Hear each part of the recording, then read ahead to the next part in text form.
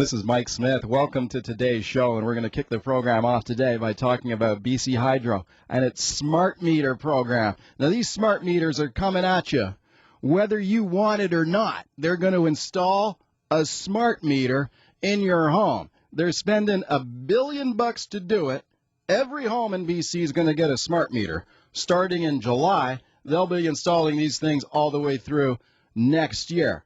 Now, when you talk to Hydro about why we need to spend $1 billion on these smart meters, they got lots of answers for you. They got lots of great reasons for why these things are fantastic.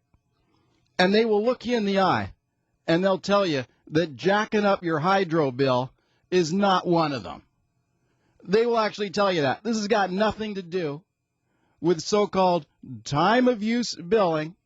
This is where the government jacks up the rate, the electricity rate charged on the power that you consume during so-called peak periods, right? When most people are doing their laundry or washing their dishes or making TV in the evening. That's when most people consume electricity, watching TV. That's when they'll jack the rates up. That's what these smart meters are all about. And for someone to try and tell me different, if you believe it, I got a couple of fast ferries you might want to buy, or maybe a proposed downtown casino or something. Listen, you know what these smart meters are about. They're about jacking up your electricity bill.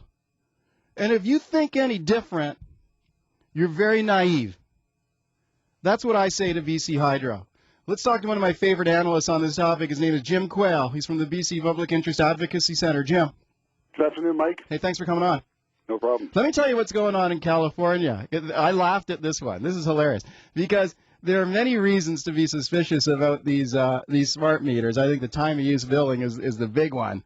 But these things have had problems with wherever they've been introduced. Right? Now, down in California, Google this. People should Google this, and you'll find it on Google News today. In California, they had to refund a whole bunch of customers because they were overcharged by their smart meters. And you know what happened, Jim? What's that? There was a heat wave, okay? There was a heat wave in California, and the smart meters thought the heat, like the temperature outside, was because of because you're heating your home. Hey, that's why they call them smart meters. Yeah, right. And that's why I guess the people are pretty smart who think you put a system like that in California. Yeah, California. This thing has been a political debacle in California. Yep. Listen, you give me your take on these smart meters and why we're doing it.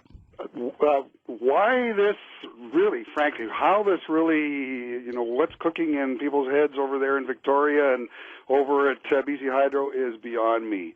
But what these meters are for is for implementing time-of-use rates. They could do a few other things. You don't need to send some guy, with a flashlight and a pad to go and read your meter.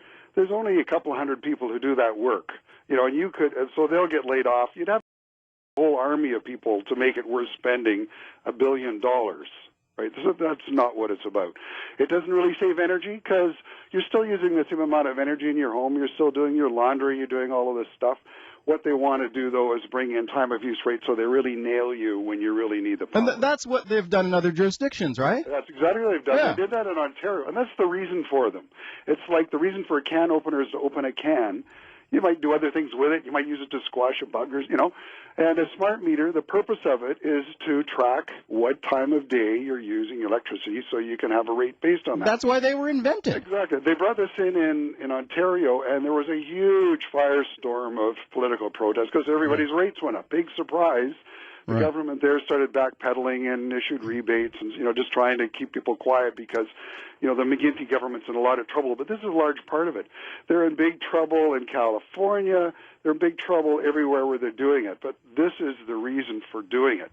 Now they're saying they're not going to implement time-of-use rates. Well, that's even, more staggering. You're going to spend $1 billion but not do what these things are there to do. And they're claiming there's all kinds of other sort of side issues that'll give huge benefit. Like they claim that these are going to make it harder for people to steal electricity for grow-ops. Right. And they've invented this gigantic pulled-out-of-nowhere number. Suddenly they've decided that there's $100 million a year of electricity theft that would be stopped. And this number flies in the face of every bit of data they've ever filed before their regulator, the Utilities Commission. This is like this big balloon full of hot air. But this is what they're hanging it on now because it doesn't save much in the way of energy. Well, what are their benefits? And they're saying, no, we're not after time of use rates. So this is about grow-ops. Well, I wrote a column about this in the Province newspaper a few weeks ago on this whole issue around the grow-ops. And one of the things, and Jim, you know, in my discussions with you, it got me twigged onto this and started digging into it.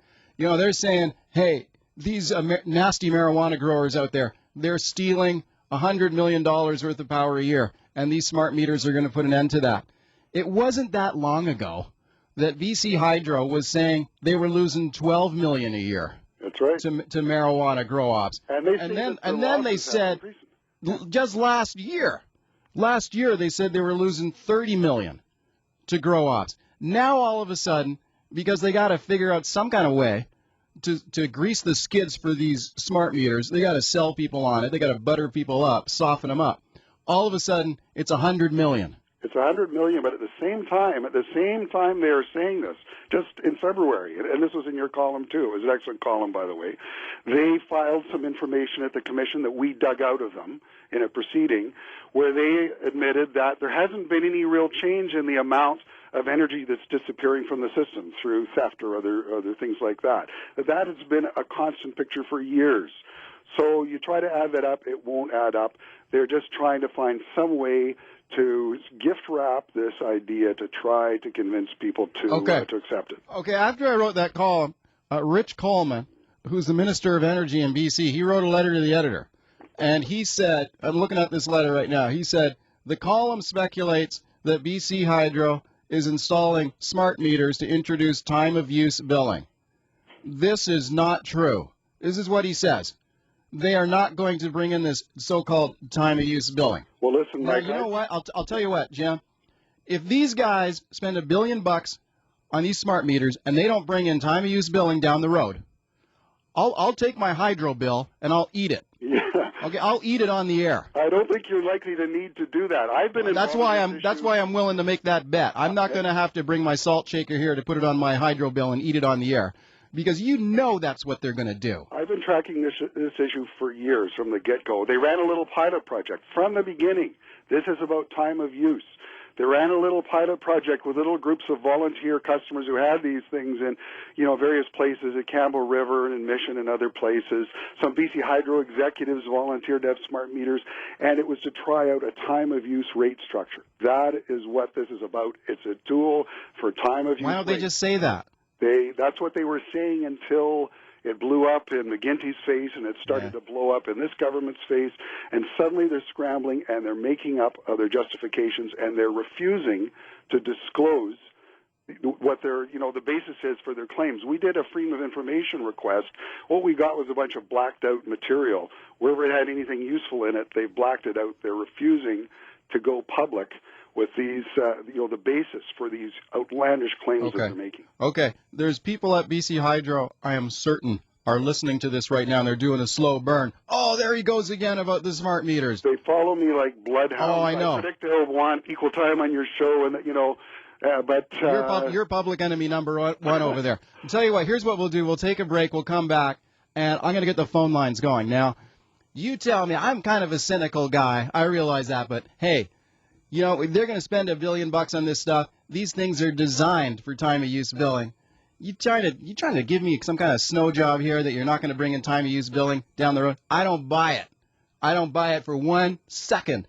That's what's coming down the pipe here, time-of-use billing. Now, you phone me up. I'll open the phone lines, and you tell me what you think about this program.